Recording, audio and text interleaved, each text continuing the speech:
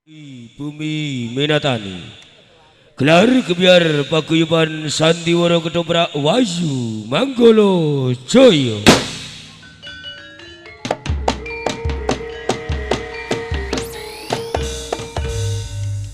Eko Sesanti Budaya Wayu Manggolo sekali Joyo tetap Joyo.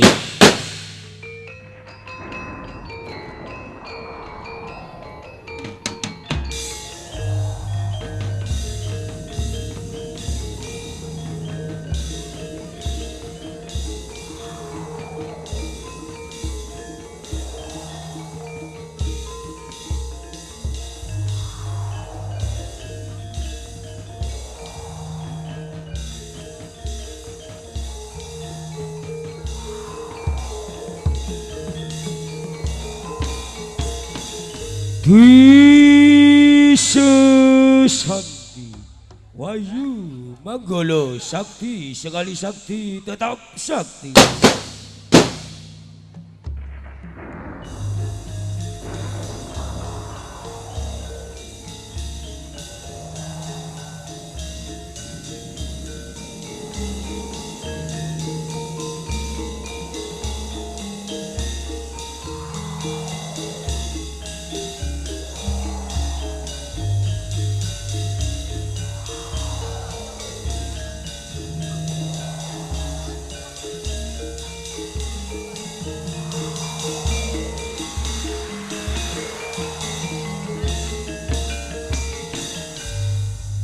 Pasukan Gambyong Parianom minangka purwakaning pagelaran ingkang badhe dipun tindakaken dening Siniwati Ayu saking paguyuban Wayu Manggolo sugeng ngamirsani nuwun.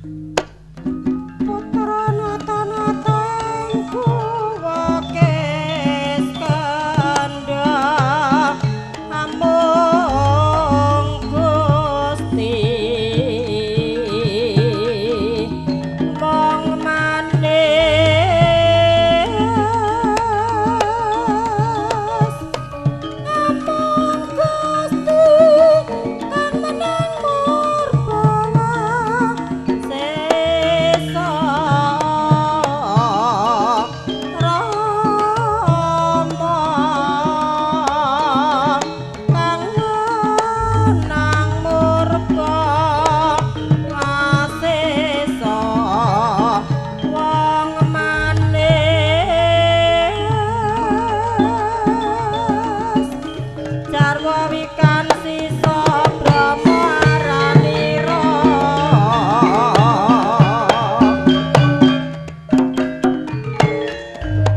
sing sayuk-sayuk tansah manut pamoran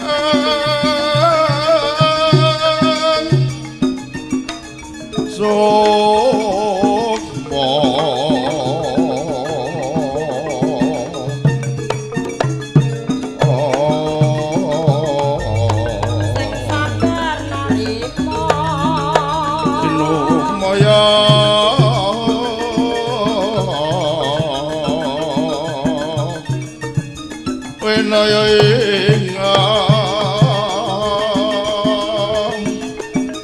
sepe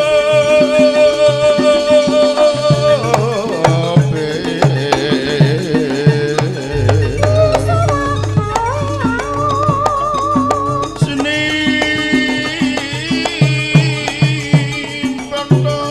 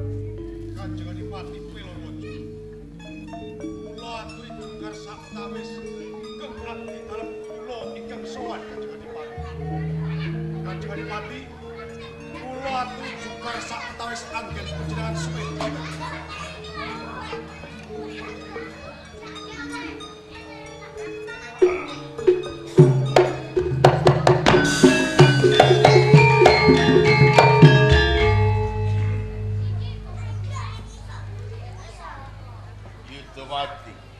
Dawuh tinimbalan Kanjeng Adipati. Inopo jeneng sira Kumawani? Jugara Ki Anggon Kusme. Apa arep? Tandah duka ingkang kathah dening kula Kumawani jugaraken anggen panjenengan Semeh.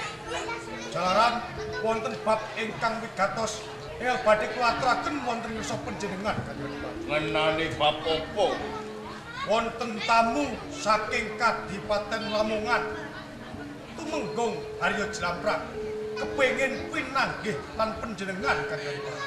Tumenggung Haryo Jlambrang Inggih, saking Kadipaten Lamongan. mekaten inggih. Yen ngono aja kesuwen Yudawati enggal larabe ning ngersa. Ngestokaken dawuh.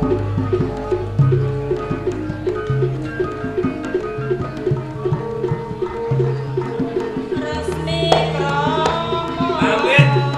Mulai tak sowan Kanjeng.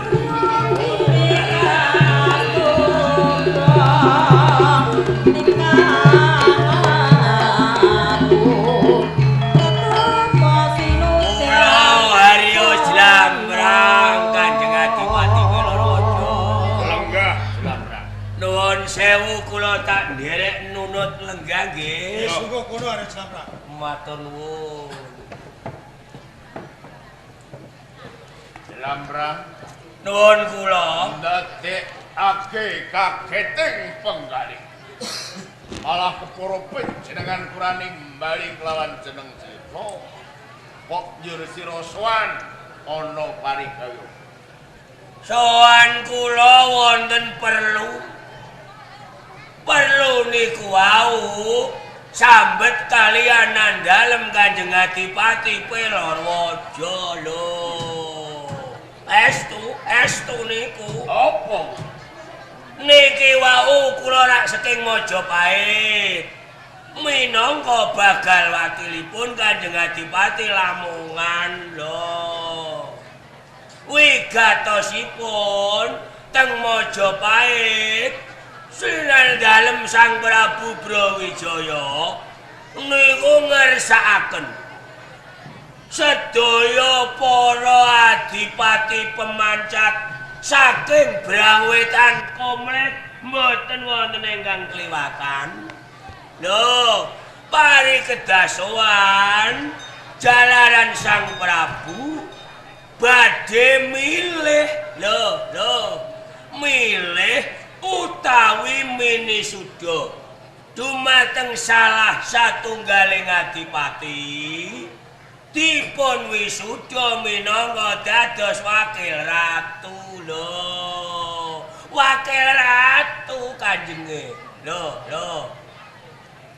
Nalika Sang Prabu Brawijaya badhe milih dumateng satunggaling adipati dados wakil ratu, nalika pisowanan dipun wontenaken pilihan. Lho, pilihan cara teng desa nggih dianatakan lurah ngoten niku.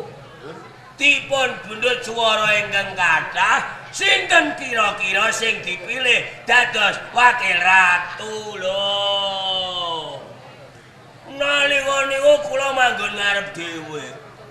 Kula usul kula wonten ngarsa dalem Sang Prabu Brawijaya. Duh Sang Prabu, satunggaling adipati ingkang cocok, ingkang patut, ingkang pantes dados wakil ratu. Lho, menika namung setunggal. Mboten sanes Dipati Jombang Pelorwaja.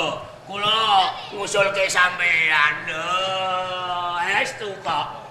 Lho, kula ngusulke panjenengan lho.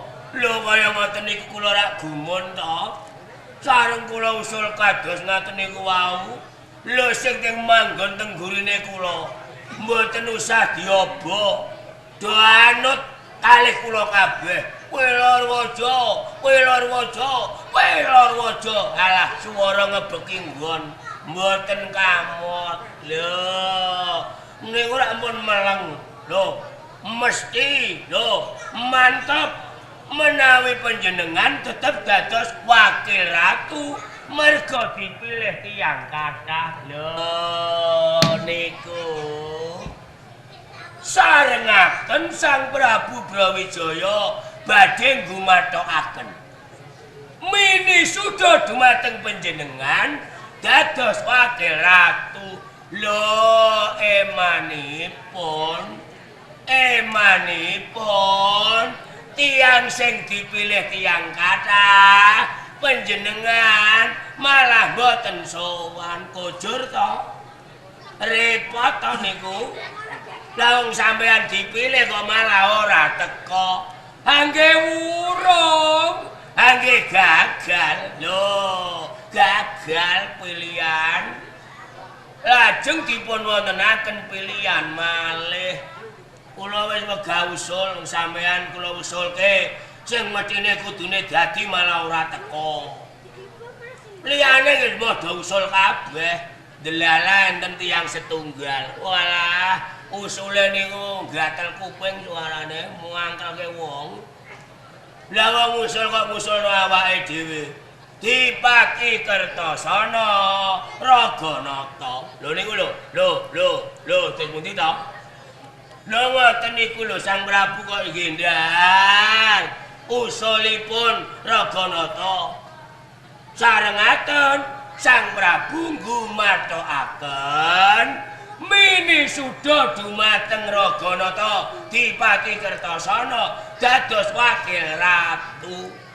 Dados kula mriki niku butuhe paring kabar dumateng panjenengan menawi wakil ratu teng Majapahit niku Raganata Kertasana. Monggo kudune sing dadi sampeyan lho niku lho mangkel mawon kula niku kok. Dadi jegane wakil ratu Majapahit wis ditentokke. Sampun. Raganata Bupati Kertasana. Nggih.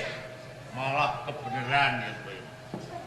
Aku rasa nyambut gawe lenggah jikrang sila tumpang oneng pendopo Kadipaten. Enak aku kok ora dipilih dadi wakil ratu. Sampean mboten dadi wakil ratu malah enak. Enak. Sing dadi Raganata malah penak. Enak. Mboten kakehan gawean. Oh iya. Tegese sampean ikhlas. Ikhlas. Lilo. Lilo. Yen sing dadi wakil ratu Raganata Kertasana. Iya. Mateni wong arek. Wah, sampean niku pripun? Sampean niku kula kabari kaya ngoten kok malah lilo, malah ikhlas, pasrah bungkukan.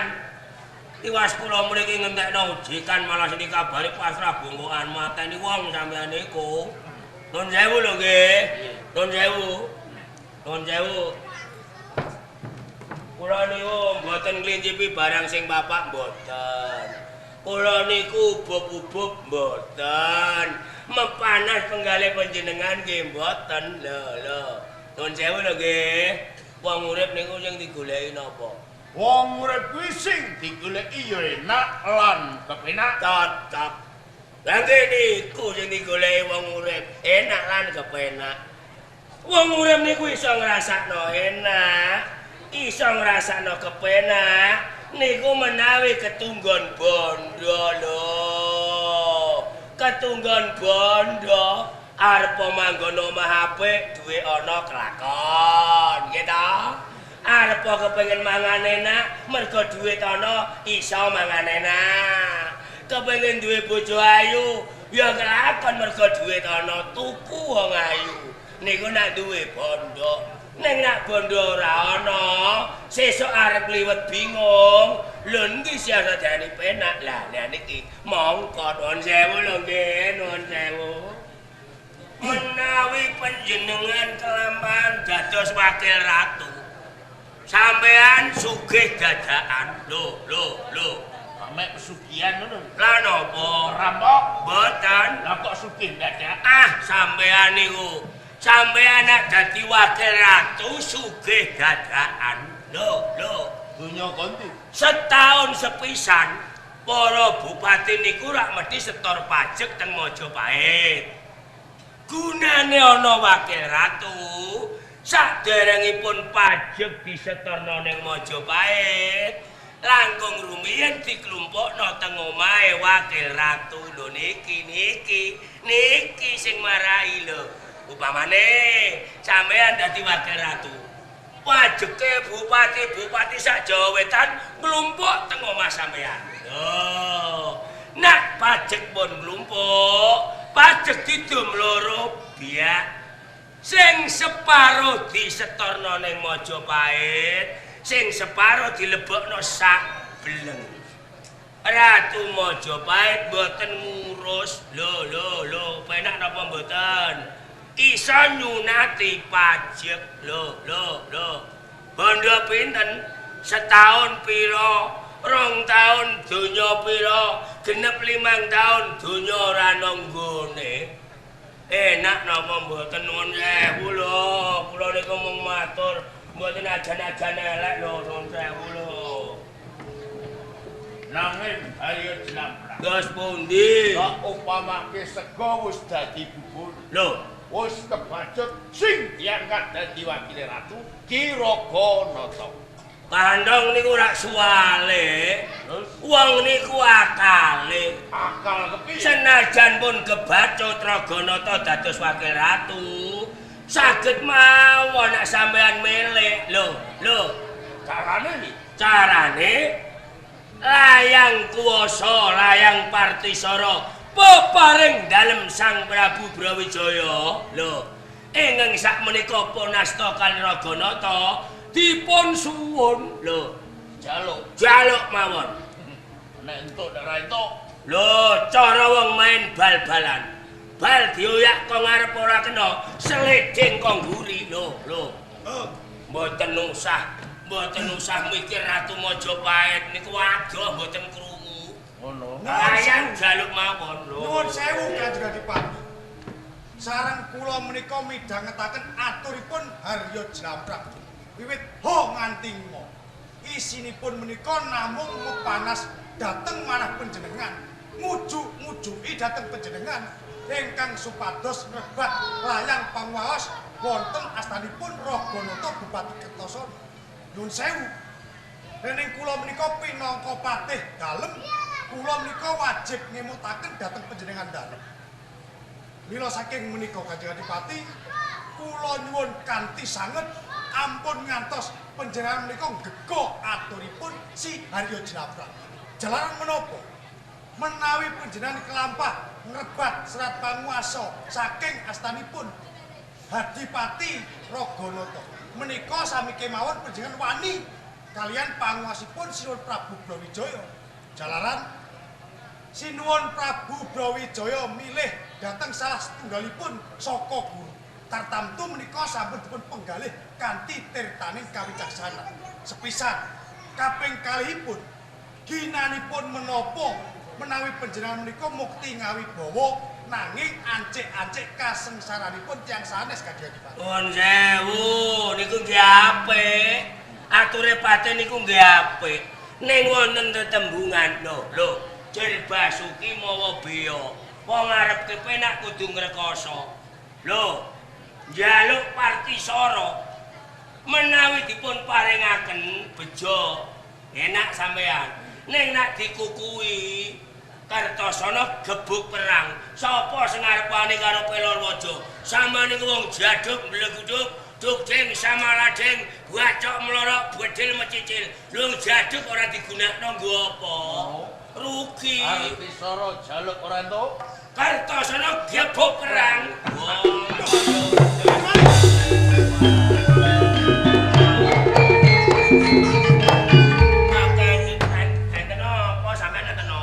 Iki gara-gara aturmu. Lho kula lan apa? Saiki Kanjeng Adipati jumangkah ana ing Kabupaten Kertosana. Yen to nganti kedadian perang antarané Jombang lan Kertosana. Yen to nganti Kanjeng Adipati Pelorwaja cilaka. Dudu sapa-sapa sing tak luputke, dudu sapa-sapa tak tutuk, mung kejaba kowe. Juah. Jingan.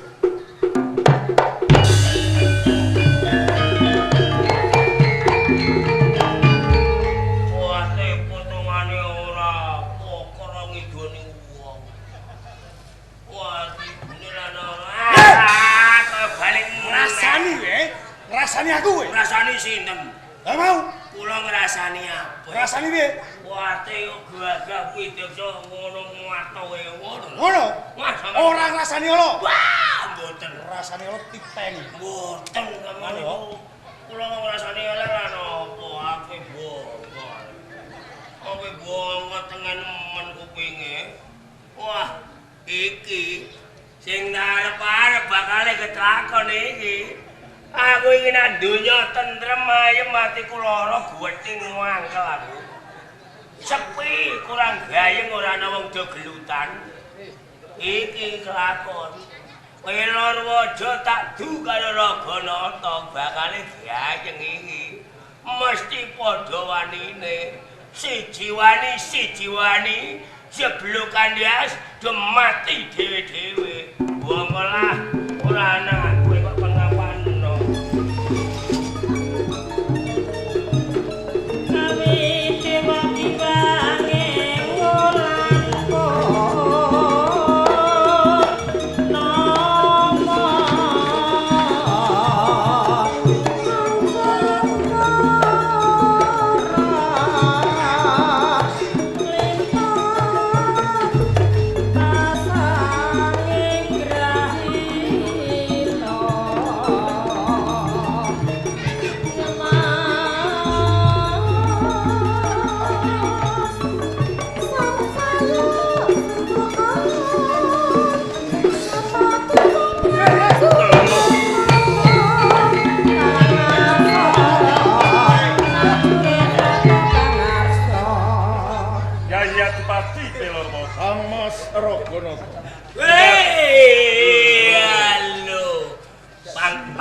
pangling kali kulo. Yen ora luput Tumenggung Haryo Jlamrang. Haryo Jlamrang. Saka Kabupaten Lamongan. Saking Lamongan sampeyan tambah gandeng mawon.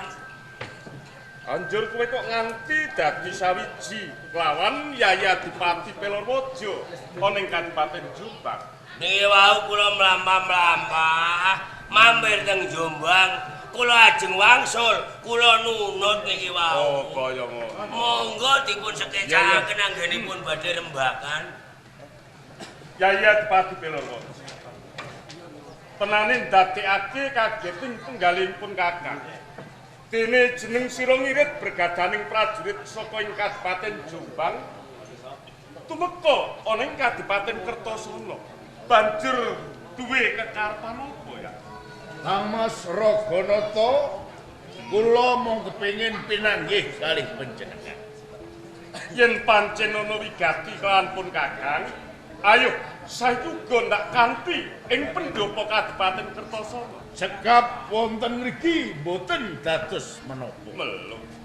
Mongko jenipun Kakang ki pengayoman, siap dipelwojo uga pengayoman.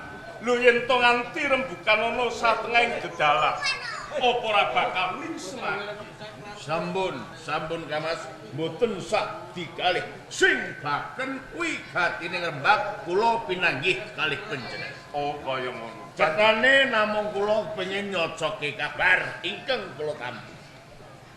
Kabar ingkang kula tampi pilihan wakil ratu wonten ing kraton Majapahit menapa leres sampun dipun gumathokaken ingkang dipun pilih minangka wakil ratu Majapahit panjenenganipun Kang Mas Raganata. Nggih, ngaten menapa. Iya. Ora sisip apa kang dadi ngendikamu.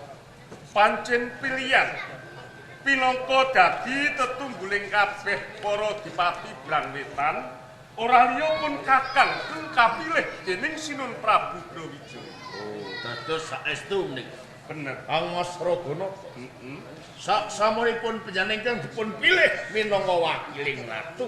Nggih, panjenengan tampi, Kang. Jejering pun Kakang ki dipati andhar. Yen to nampa dawuh saka panjenengane Sinun Prabu Brawijaya, senajan abot dikaya ngapa uga ndak tampa. Kang Mas Raganata, nanging menggaing hati Pati Pelorwojo nek panjenengan tampi minangka gelar wakiling ratu niku kirang pas, niku kirang trep Kang Mas Raganata. Jur siat di Pelorwojo bisa kandha sing kaya ngono. Ngendi keng ora cocok. Kang Mas Raganata, cubi kula aturi ngengeti. Saben wonten brandal ingkang damel kisruh wonten ing kraton Majapahit. Sinten ingkang saged nentremaken?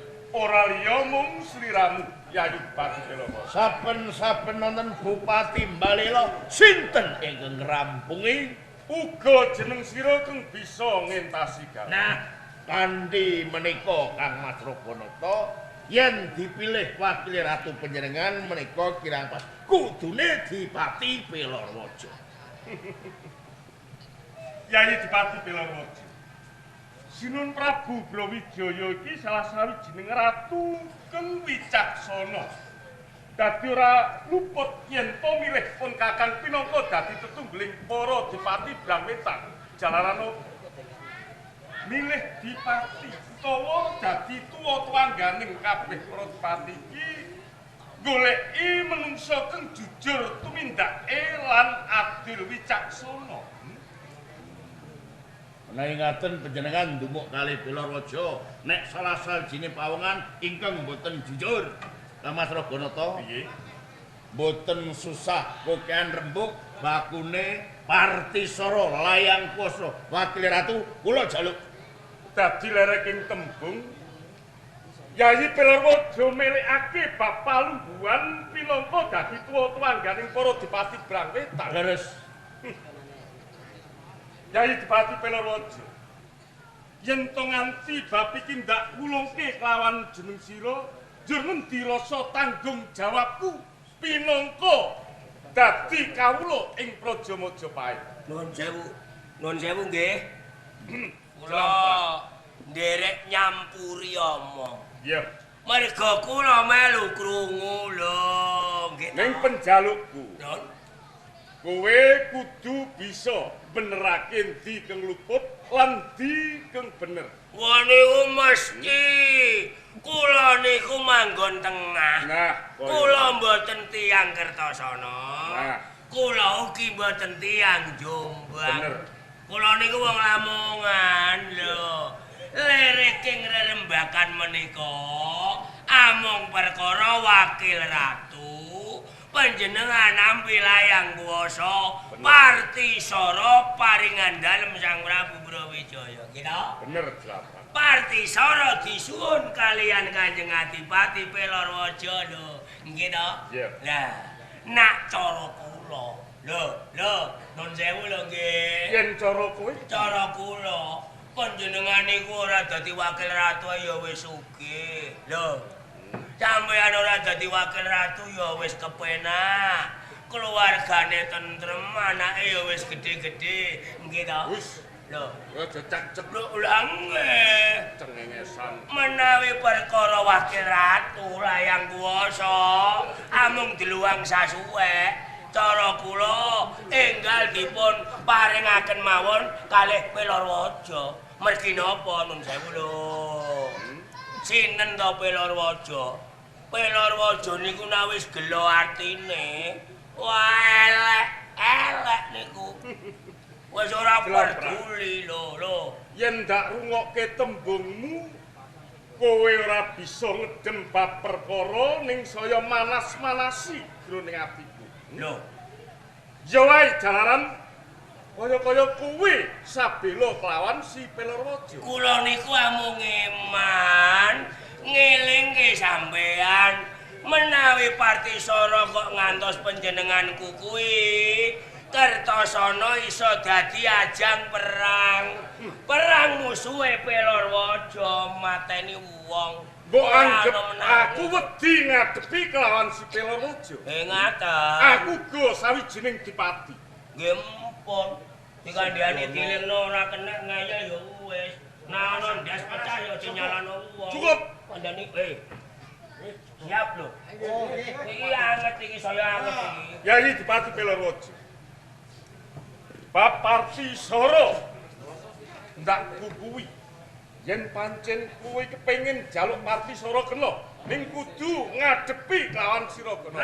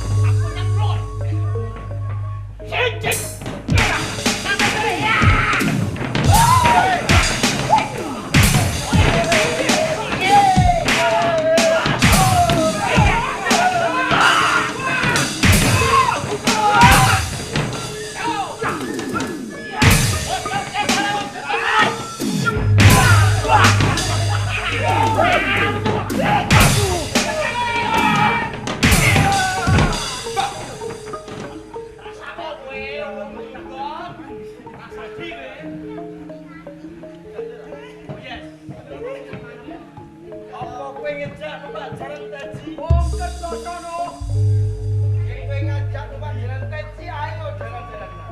Kamu layak.